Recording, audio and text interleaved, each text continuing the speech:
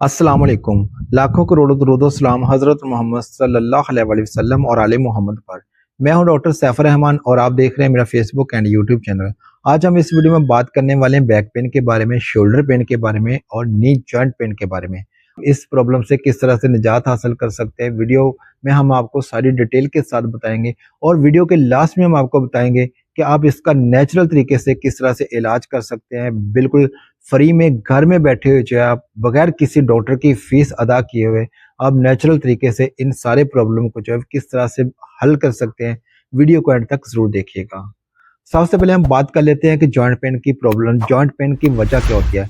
इसकी जो main reason होती है यूरिक एसिड होता है। आपकी बॉडी में अगर यूरिक एसिड बढ़ जाए तो उसके बाद आपके जॉइंट पेन जो है वो स्टार्ट होना शुरू हो जाती है।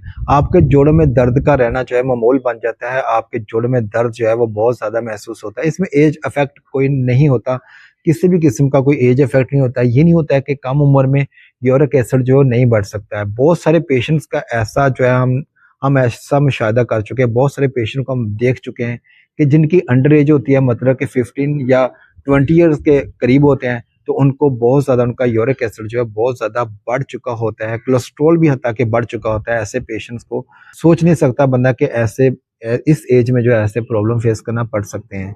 लेकिन ऐसा होता है कि जब जब आपको कम उम्र में इस तरह के प्रॉब्लम को फेस करना पड़ता है तो फिर आपका एक थोड़ा सा डिफरेंस होता है। डिफरेंस क्या होता है?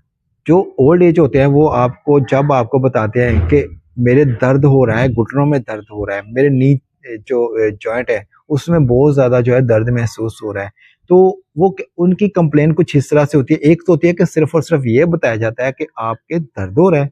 हाँ जी, मेरे दर्द हो रहा है, सिर्फ और सिर्फ मैं जब चलता हूँ तो मेरे दर्द होता है। इसमें दो तरह का पेन जो आप महसूस करते हो। नंबर वन तो ये होता है कि अगर आपको बैठे हुए भी दर्द महसूस हो रहा है तो इसका मतलब यही है कि आपका यूरिक एसिड जो है, यूरिक एसिड का लेवल जो है वो बहुत ज़्यादा बढ़ा हुआ है और आपकी आइज़ जो है इनके अराउंड जो है आपको स्वेलिंग महसूस होती है। आपके जिस्म में भी दर्द महसूस होता है, आप थोड़ा-सा काम करते हो आपको थकावट महसूस होती है, आपको बुखार की कैफियत महसूस होना शुरू हो जाती है, आपका काम करने को दिल नहीं करता, इतना ज़्यादा आपका जिस्म जो है वो थकावट को जो है वो महसूस करता है। तो ऐसे पेशेंट जो है कि वो जब कहते हैं कि मैं जब चलता हूँ तो मुझे चलने से मेरे घुटनों में रगड़ महसूस होती है। इसका मतलब क्या होता है? हमारे जॉइंट्स के दरमियान जो होती है कार्टिलेज होती है। कार्टिलेज के दोनों कार्टिलेज के दरमियान जो होता है एक लिक्विड होता है। लिक्विड जो है वो खत्म हो जाता है। यूरिक एसिड एक हमारी बॉडी को इस तरह से तबाह करता है जिस तरह से किसी लकड़ी को जो है वो घुन लग जाए, किसी लकड़ी को जो कीड़ा लग जाए तो वो लगने के बाद जो है वो सारी की सारी लकड़ी को अंदर से जो वो खोखला कर देता है, खा जाता है। वो कीड़ा जो है वो लकड़ी को खा जाता है। जो यूरिक एसिड होता है वो सेम इसी तरह से हमारी बॉडी में काम करता है कि हमारी हड्डियों को जो है वो खाना शुरू कर देता है। स्पेशली ये अफेक्ट होता है जॉइंट पर जो करता है। जो आपके जॉइंट होते हैं इसमें होती है कार्टिलेज, नरम बोन होती है।